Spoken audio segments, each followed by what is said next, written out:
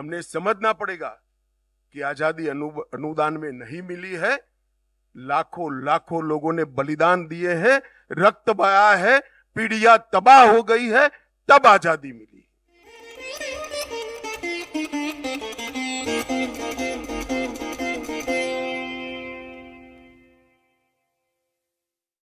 Revolutionary is the other story of how India won its freedom.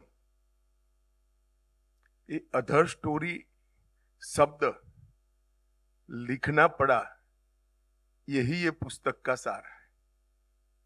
क्योंकि एक ही story narrative के अंदर हमारे जनमानस पर हैमर कर कर कर कर इसको प्रस्तापित किया गया है। एक ही दृष्टिकोण जनमानस में शिक्षा के माध्यम से, किंवदंतियों के माध्यम से, इतिहास के लेखन के माध्यम से थोपा गया है। जो दृष्टिकोण थोपा गया है, मैं ऐसा नहीं कहता कि अहिंसक आंदोलन का देश की आजादी में कोई योगदान नहीं है या वो इतिहास का हिस्सा नहीं। वो बहुत मजबूत हिस्सा है और बहुत बड़ा योगदान है अहिंसक आंदोलन का। और कांग्रेस के नेतृत्व में जो मूवमेंट चली, वो मूवमेंट का बहुत बड़ा योगदान है देश की आजादी में। परंतु और किसी का नहीं है, ये नैरेटिव ठीक नहीं है। और मुझे लगता है कि सन्याल जी का ये पुस्तक वो नैरेटिव में बहुत बड़ी दरार डालने का, एक अन्य स्वतंत्र विचार को लोगों के सामने रखने का काम करेगा। ये बहुत उपयोगी है, कम से कम आने वाली पीढ़ियों के लिए। क्योंकि देश के आजादी का एनालिसिस अगर करते हैं तो ढेर सारे लोगों ने, ढेर सारे विचारों ने, ढेर सारे संगठनों ने और ढेर सारे मार्गों ने भी एक ही गंतव्य स्थान के पर जाने के लिए, एक ही लक्ष्य पर जाने के लिए प्रयास किया था। और वो सबका सामूहिक फल है हमारे देश को आजादी मिलना। इतिहास को बारीकी से पढ़ना और इतिहास का जो संदेश है वो आने वाली पीढ़ियों में सटीक तरीके से देना, ये हर पीढ़ी का दायित्व होता है। और मुझे लगता है कि संजीव सन्याल ने अपने दायित्व का बहुत अच्छे तरीके से निर्वहन किया है और आने वाली पीढ़ी के लिए एक नए नैरेटिव की शुरुआत हो, एक रचना हो, इसके लिए एक पीठिका तैयार करने का काम संजीव सन्याल ने किया है। मैं संजीव भाई को बहुत बहुत साधुवाद देना चाहता हूं। मित्रों, आजादी का अमृत महोत्सव है, उसका वर्ष है। 75 साल हो गए हमारी आजादी को। मोदी जी ने इस 15 अगस्त को पंच प्राण की बात की है। उसमें से विरासत पर गर्व और गुलामी की निशानियों से मुक्ति, ये दो महत्वपूर्ण पंच प्राण है, पंच प्राणों का हिस्सा है। जिस देश की नई पीढ़ी को और इवन वर्तमान पीढ़ी को अपनी विरासत पर गर्व नहीं होता है, वो कभी भी अपने देश को महान नहीं बना सकते। और गुलामी के काल में प्रस्तापित हुई परंपराएं, मान्यताएं और सोच को जो लेकर चलते हैं, वो शायद राजनीतिक रूप से तो गुलामी से मुक्त हो सकते हैं, परंतु देश की सोच को गुलामी से मुक्त नहीं कर सकते। ये जो मोदी जी ने कहा गुलामी की निशानी से मुक्ति, इसमें सबसे बड़ा अगर कोई क्षेत्र में काम करने का जरूरियात मैं देखता हूं तो हमारे इतिहास के लेखन और इतिहास के अर्थघटन दोनों को गुलामी की सोच से मुक्ति दिलाने की जरूरत है। ये प्रयास सबसे पहले एक भी शब्द बोले बगैर वीर सावरकर ने किया था। पूरी दुनिया, पूरा देश और अच्छे अच्छे देशभक्त सन 57 की क्रांति को गदर के नाम से जानते थे।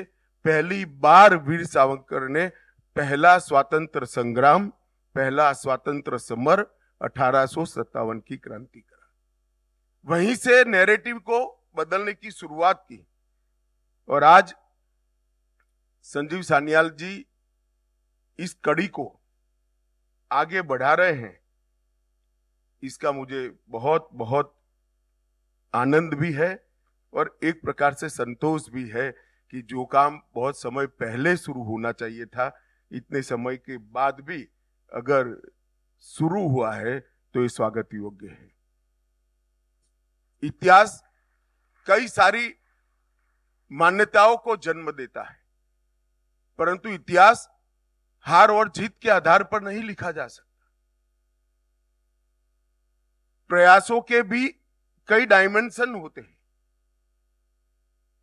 कि कोई विचार, कोई आंदोलन खड़ा हुआ हो सकता है, वो अपने गंतव्य स्थान पर न पहुंच पाया हो, सफल न हुआ हो। इसका अर्थ यह नहीं है कि जब कभी भी वो उद्देश्य प्राप्त होगा तब इसका कोई योगदान नहीं है। इतिहास को अगर हार या जीत के दृष्टि से ही लिखते हैं तो इतिहास को ठीक से नहीं लिखते। इतिहास को वास्तविकता के आधार पर लिखना चाहिए, प्रयासों के मूल्यांकन के आधार पर लिखना चाहिए और प्रयासों के सभी परिमाण, इसके सभी डायमेंशन का एनालिसिस कर इसका विश्लेषण कर लिखना चाहिए। तभी इतिहास अपने आप में परिपूर्ण होता है। और सशस्त्र क्रांति के इतिहास का भी ऐसा ही है। कई इतिहासकार ये प्रयास को विलुप्त करने में लगे, कई लोगों ने उसको कम महत्व दिया, कई लोगों को लगा कि भाई इनका क्या योगदान था आजादी के प्राप्त होने में। उन लोगों को मालूम नहीं है कि जब भगत सिंह जी को फांसी दी गई, उस दिन लाहौर से लेकर कन्याकुमारी तक किसी के घर में चूल्हा नहीं जला था।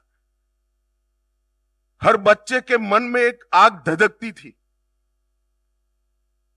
हर व्यक्ति के मन में कभी न जिसका समन हो सके ऐसी देशभक्ति की ज्वाला जगाने का काम भगत सिंह की शहादत ने दिया था। अगर आप भगत सिंह शहीद हो गए और देश आजाद नहीं हुआ इसके आधार पर ही इतिहास लिखते हैं तो ये मूल्यांकन ठीक नहीं है।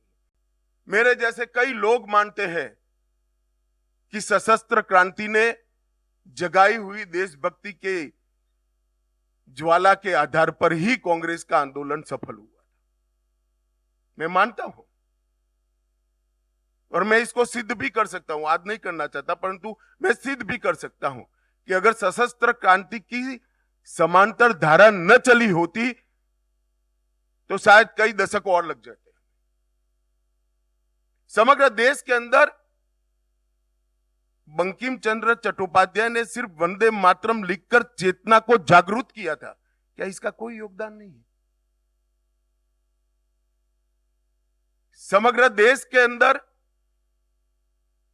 गदर पार्टी के पूरे प्रयासों ने अनेक जगह पे एक जबरदस्त चेतना की जागृति की थी, निर्माण भी किया था चेतना का, सुसुप्त चेतना को जागृत भी किया और चेतना का निर्माण भी किया। क्या इसका कोई योगदान नहीं है? इतिहास के अंदर उसको इस प्रयासों का जो उचित सम्मान मिलना चाहिए था, दुर्भाग्य से नहीं मिला है। कई सारे लोग जब इतिहास के बारे में बातचीत होती है तब कहते हैं कि इतिहास को तोड़ा गया, मरोड़ा गया। कभी वामपंथियों का नाम आता है, कभी अंग्रेजी मानसिकता वाले इतिहासकारों का नाम आता है, कहीं कांग्रेस को भी कोई लपेटे में लेता है, परंतु मैं अलग दृष्टिकोण से देख, अब हमें कौन रोकता है?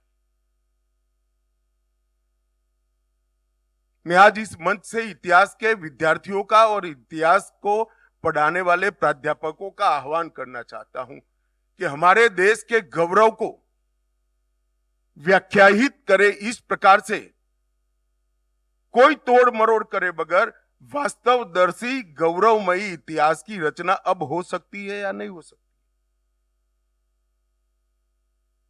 मेहनत कर रिसर्च कर हम क्या ऐसे 300 व्यक्तित्व ढूंढ सकते हैं जिन्होंने भारत को महान बनाया? एक गलत अवधारणा इतिहास से सर्जित हुई, जो इतिहास हम लोग पढ़े हैं, कि पहला साम्राज्य मुगल साम्राज्य बनने के बाद ही हुआ। ऐसा नहीं है। इस देश में कम से कम 30 ऐसे साम्राज्य हैं जिन्होंने 200 साल से ज्यादा राज किया और बहुत अच्छे तरीके से राज किया। वो मुंह जबानी बताया जा सकता है। क्या हमारे इतिहास के विद्यार्थी और प्राध्यापक इस पर रिसर्च कर लिख सकते हैं क्या? सन 57 के पहले और सन 57 के बाद कभी भी इस देश के किसी भी कोने ने अंग्रेजों को स्वीकारा नहीं है। एक एक इंच जमीन के लिए उनको संघर्ष करना पड़ा है, लड़ना पड़ा है। ये क्या संघर्ष नहीं है आजादी बरकरार रखने का, आजादी को बचाकर रखने का? इसको क्या इतिहास में स्थान नहीं मिलना चाहिए? ढेर सारे ऐसे लोग थे जिन्होंने सन 57 की क्रांति के लिए कुछ न प्राप्त होने की स्थिति में भी ये लड़ाई लड़ी, और मैं मानता हूं कि सन 57 की लड़ाई ने ही इस देश की जनता के मन में स्वराज के संस्कार शिवाजी महाराज के बाद पहली बार डालने का अगर कोई एक प्रयास ने काम किया तो 1857 की क्रांति ने किया, और वहीं से हमारी आजादी की लड़ाई की भूमिका वहीं से शुरू हुई। इसकी नींव वहीं से डली गई। चाहे सशस्त्र क्रांति का इतिहास देखो या कांग्रेस का अहिंसक आंदोलन देखो, इसकी नींव ढूंढने जाएंगे तो 1857 की क्रांति के अंदर से ही निकलेगा। इस सब चीजों को समाहित करने की जिम्मेदारी, सच्चे ऐतिहासिक तथ्यों को देश की नई पीढ़ी के सामने रखने की जिम्मेदारी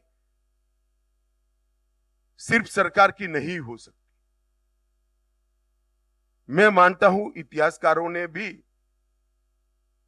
इसमें आगे आना चाहिए। और इस पुस्तक की सबसे बड़ी सिद्धि यह है कि आज तक सशस्त्र क्रांति के इतिहास को छुटपुट व्यक्तिगत प्रयास बताया जाता था।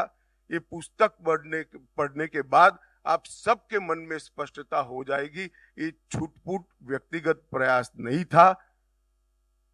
बहुत अच्छे तरीके से एक सोच के आधार पर किया गया सामूहिक प्रयास था, परंतु संख्या कम थी इसलिए छुटपुट दिखाई पड़ा।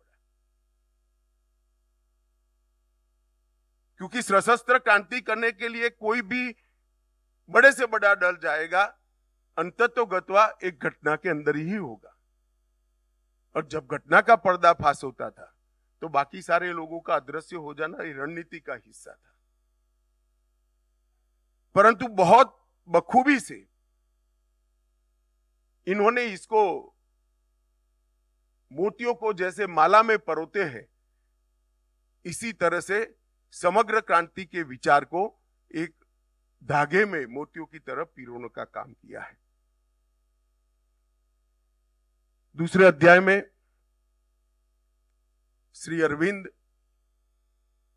और वीर सावरकर इसके संबंध में लिखा है। ये दोनों ऐसे व्यक्ति है, एक ने सुस्पष्ट रूप से राष्ट्रवाद को जरा भी गालमेल करे बगैर व्याख्यायित करने का काम किया, और दूसरे ने राष्ट्रवाद को अध्यात्म के साथ जोड़कर भारत ही विश्व गुरु बन सकता है, इसका विचार की शुरुआत की। ये दोनों के बारे में मैंने भी बहुत कुछ पढ़ा है, मगर इन्होंने एक दो ही चैप्टर के अंदर इन दो के बारे में जो जानकारी दी है बहुत अच्छी जानकारी है। इसको मैं रूपक में अगर बोलना चाहूंगा तो गागर में सागर की तरह सारी चीजों को इन्होंने समाहित किया है। चैप्टर 4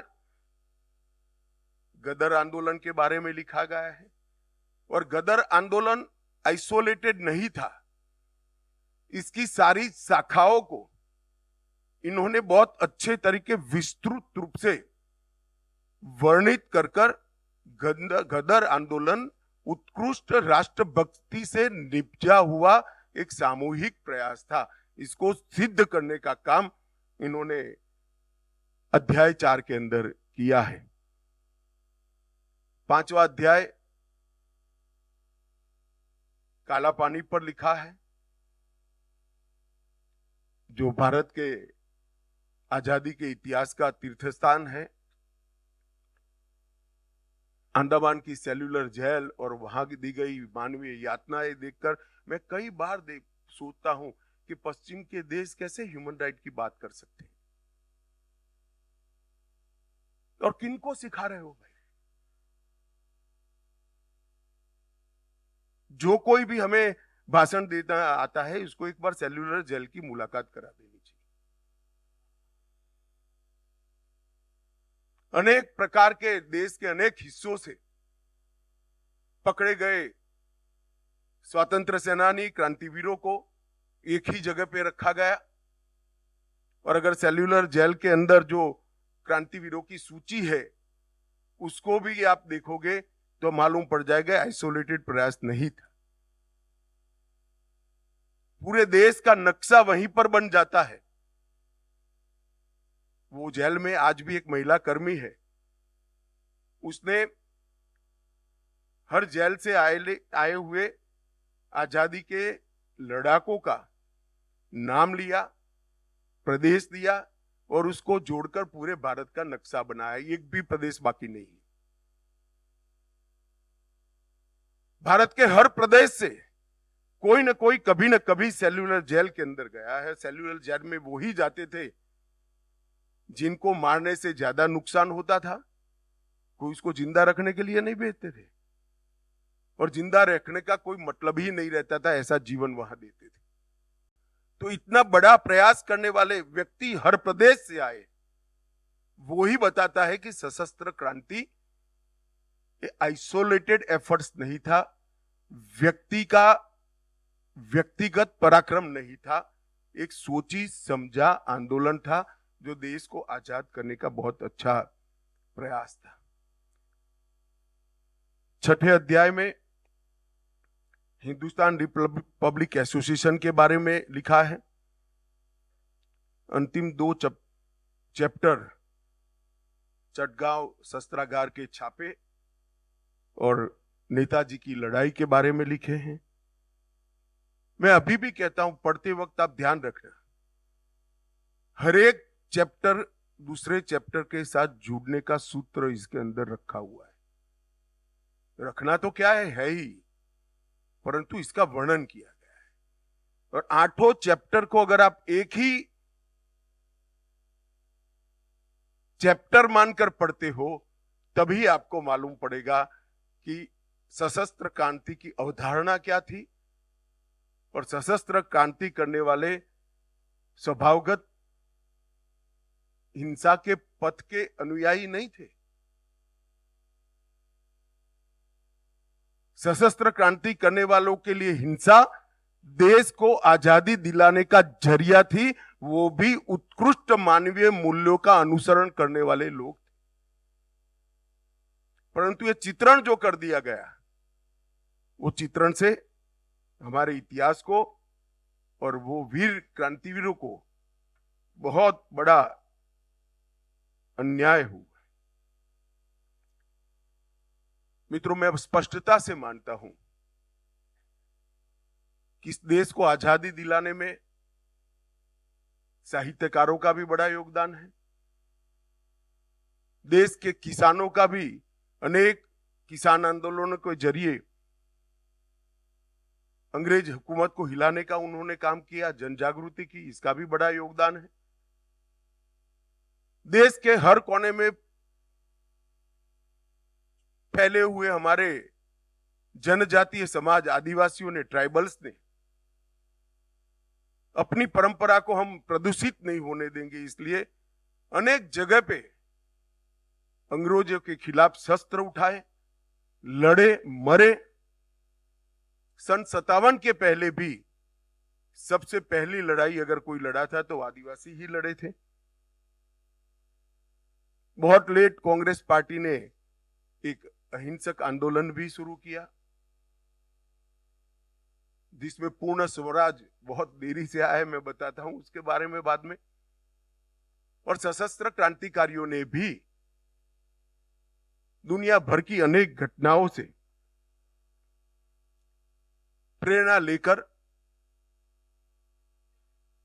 एक भगीरथ प्रयास किया था।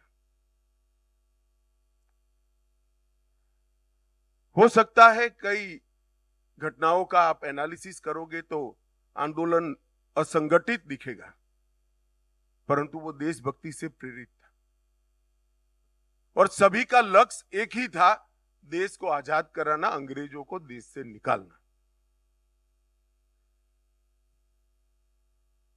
और आप इस पुस्तक को ध्यान से पढ़ोगे तो आपको मालूम पड़ेगा 1923 में ही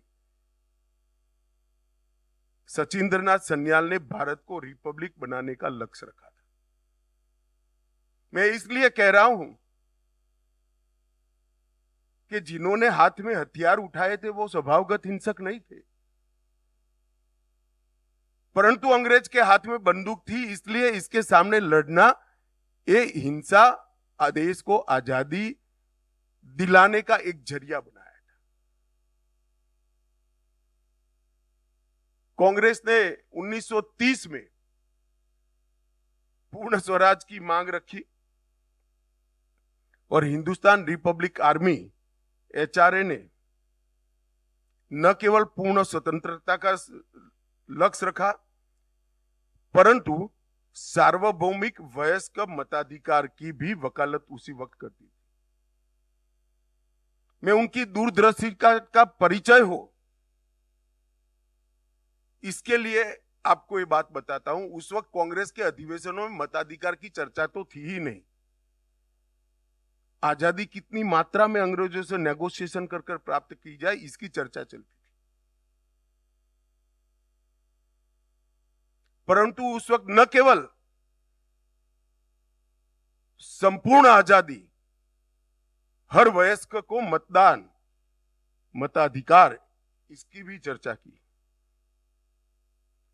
और 20वीं सदी में ही शुरुआत में 1909 में वीर सावरकर ने कहा था, अगर सशस्त्र क्रांति को सफल होना है तो इसका अखिल भारतीय स्वरूप तय करना पड़ेगा। और उन्होंने अभिनव भारत की स्थापना इसी के लिए की थी। और देश आजाद होने के बाद अभिनव भारत को बंद करने वाले भी वीर सावरकर ही थे कि अब अभिनव भारत का उद्देश्य समाप्त हो गया। मैं ये इसलिए कह रहा हूं कि इसको छुटपुट प्रयास कर कर हमने ये महान प्रयास का अवमूल्यन नहीं करना चाहिए। इसको किसी व्यक्ति की व्यक्तिगत देशभक्ति कहकर, व्यक्ति की व्यक्तिगत देशभक्ति ही अपने आप में बहुत महान होती है, परंतु एक समूह, एक विचारधारा के तहत देश को आजाद कराने का प्रयास कर रहा था, उसको हमें समझना भी पड़ेगा, स्वीकारना भी पड़ेगा और प्रचारित भी करना पड़ेगा। सिर्फ समझने से कुछ नहीं होगा, उसको मन से स्वीकारना पड़ेगा कि मेरे देश को आजाद कराने के लिए ढेर सारे लोगों ने अपने जीवन का सर्वस्व बलिदान कर दिया। कई बार घर की कुकरी हो गई, कई बार परिवारजनों को जेल में डाल दिया, कई सालों तक कोई अंडमान निकोबार के काला पानी की सजा भुगतता रहा, कई लोग फांसी के फंदे पर चढ़ गए। और इस प्रयास को हम व्यक्तिगत प्रयास नहीं कह सकते, इसको विफल प्रयास भी नहीं कह सकते, क्योंकि इसी के आधार पर हर जगह पे देश में आजादी की चेतना जागृत होती गई, दृढ़ीभूत होती गई। और परिणाम लक्षित दिशा में आगे बढ़ती गई। इन्होंने आजादी की चेतना को जागृत भी किया, उसको दृढ़ भी किया और चैनलाइज कर एक दिशा में ले जाने का काम भी इस सशस्त्र क्रांतिवीरों ने किया है। ये हमें स्वीकारना ही पड़ेगा। उनका network Germany, Singapore, Ireland, Canada, America और इंग्लैंड में भी नेटवर्क फैलाकर इन लोगों ने काम किया था। अभी के प्रधानमंत्री और उस वक्त के गुजरात के मुख्यमंत्री नरेंद्र भाई जब मुख्यमंत्री बने गुजरात के, तो मोदी जी ने श्यामजी कृष्ण वर्मा की अस्थियां इतने सालों के बाद वहां से वापस लाने का काम किया, क्योंकि श्यामजी अपने विल में कहकर गए थे कि मेरी अस्थियों को एक बैंक के लॉकर में रखना, जब मेरा आदेश आजाद हो तभी मेरी अस्थियों को मेरे देश में लिया जाए, मैं गुलाम देश में मेरी अस्थियों को भी नहीं जाने दूंगा। क्या उत्कृष्ट राष्ट्रभक्ति। और इस प्रयास को कोई कैसे छुटपुट प्रयास कह सकता है? इस श्यामजी कृष्ण वर्मा तैतरीय उपनिषद का सबसे देश में उस वक्त उस जमाने में सबसे विद्वान व्यक्ति था, संस्कृत के स्कॉलर थे। तैतरीय उपनिषद पर उन्होंने लिखे हुए टीकाओं को मैंने पढ़ा है, इनकी विवेचनाओं को पढ़ा है। इतना विद्वान व्यक्ति सब कुछ छोड़कर, देश छोड़कर वहां क्रांतिवीरों का प्रेरणा स्रोत बना। एक के बाद एक देश बदलते गए।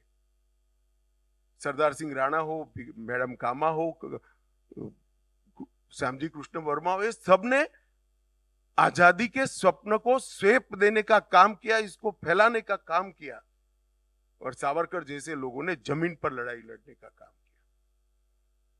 ये प्रयास ना सोच के बगैर का था, ना असंगठित था, ना असफल था। ये प्रयास एक सोची समझी विचारधारा के आधार पर किया गया प्रयास था। ये प्रयास संगठित प्रयास था और इस प्रयास ने सफलता जो मिली, इसमें बहुत बड़ा योगदान दिया है, इसको कोई नकार नहीं सकता।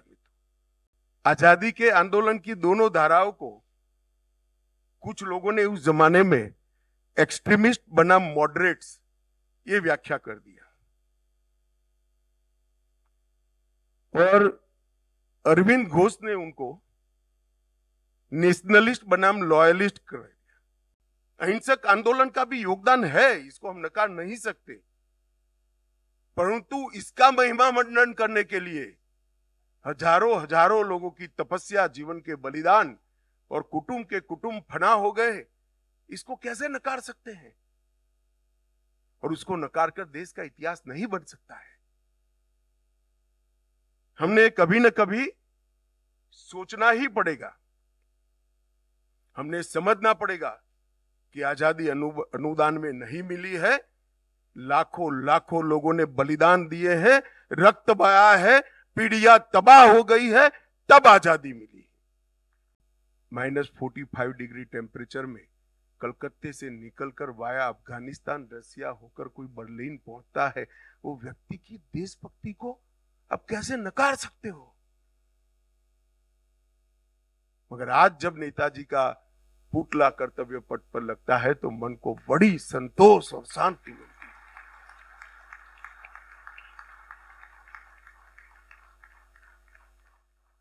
बड़ा संतोष होता है। चलो देर से ही सही, एक अच्छी शुरुआत हुई।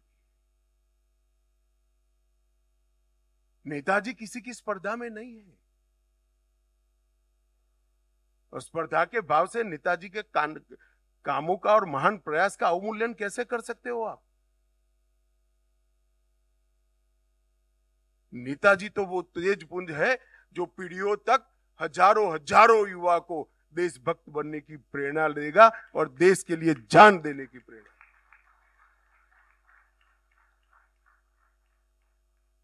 आईएनए का पूरा प्रयास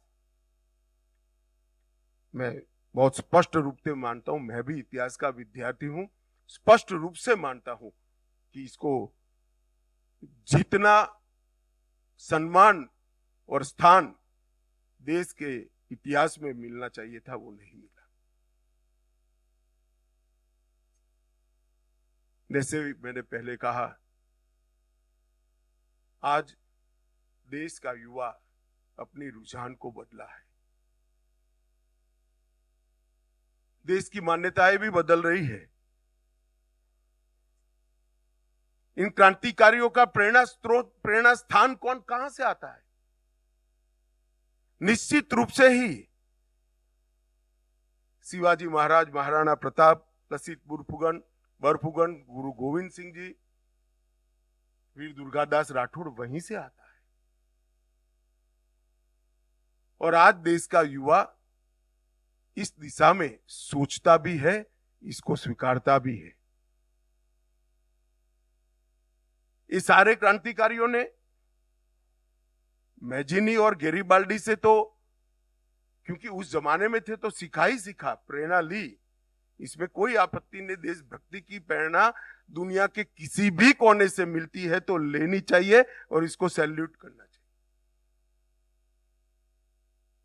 परंतु इसके साथ साथ हमारे यहां भी एक बहुत बड़ा इतिहास पड़ा है, देश के लिए सालों सालों तक के संघर्ष करने वाले लोगों का इतिहास पड़ा है। वो ही हमारे क्रांतिवीरों के प्रेरणा स्रोत थे। भगत सिंह को जिन्होंने ध्यान से जो कुछ भी लिखा है, उन्होंने जो कुछ भी उपलब्ध है पढ़ा होगा, तो सावरकर की सन 57 की स्वतंत्रता संग्राम की पूरा प्रस्तावना उनके स्टेटमेंट का हिस्सा है।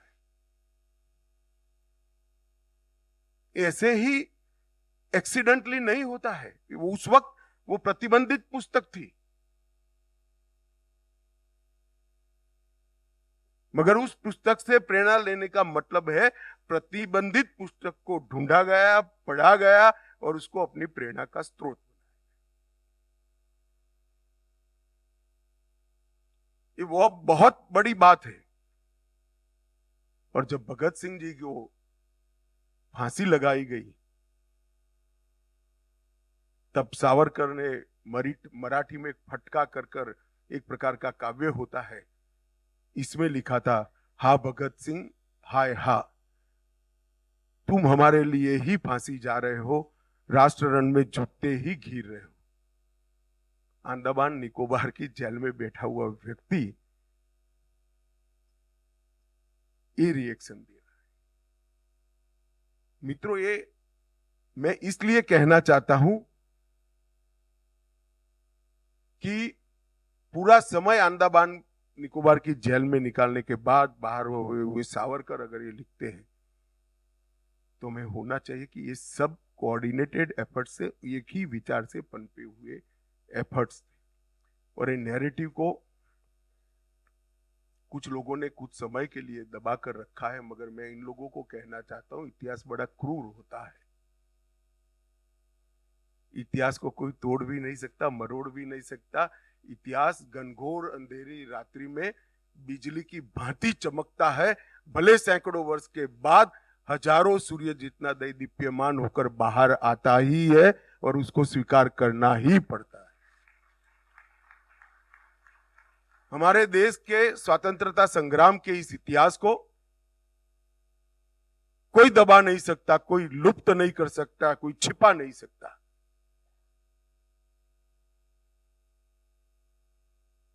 और समय समय पर इसको आगे बढ़ाने वाले लोग भी आए हैं और आगे भी आएंगे। हमारे क्रांतिकारियों के प्रेरणा का मुख्य केंद्र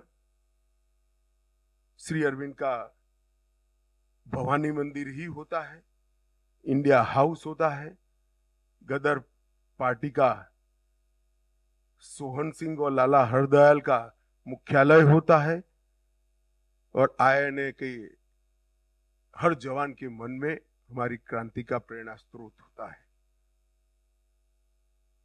मित्रों, अनेक लोगों ने अनेक प्रकार से देश को आजाद करने का काम किया। किसान नेता मदारी पासी, सहदेव, हरदोई और बहराइच सीतापुर में एका आंदोलन जो चढ़ा, इसको गति दी। अल्लूरी सीतारामन राजू, अब तो बहुत एक फिल्म ने उनको प्रसिद्धि दी है। और धरती आबा भगवान बिरसा मुंडा, जिन्होंने को अंग्रेजों ने फांसी दी थी, उस व्यक्ति ने भी अंग्रेजों के खिलाफ लड़ने का काम किया है।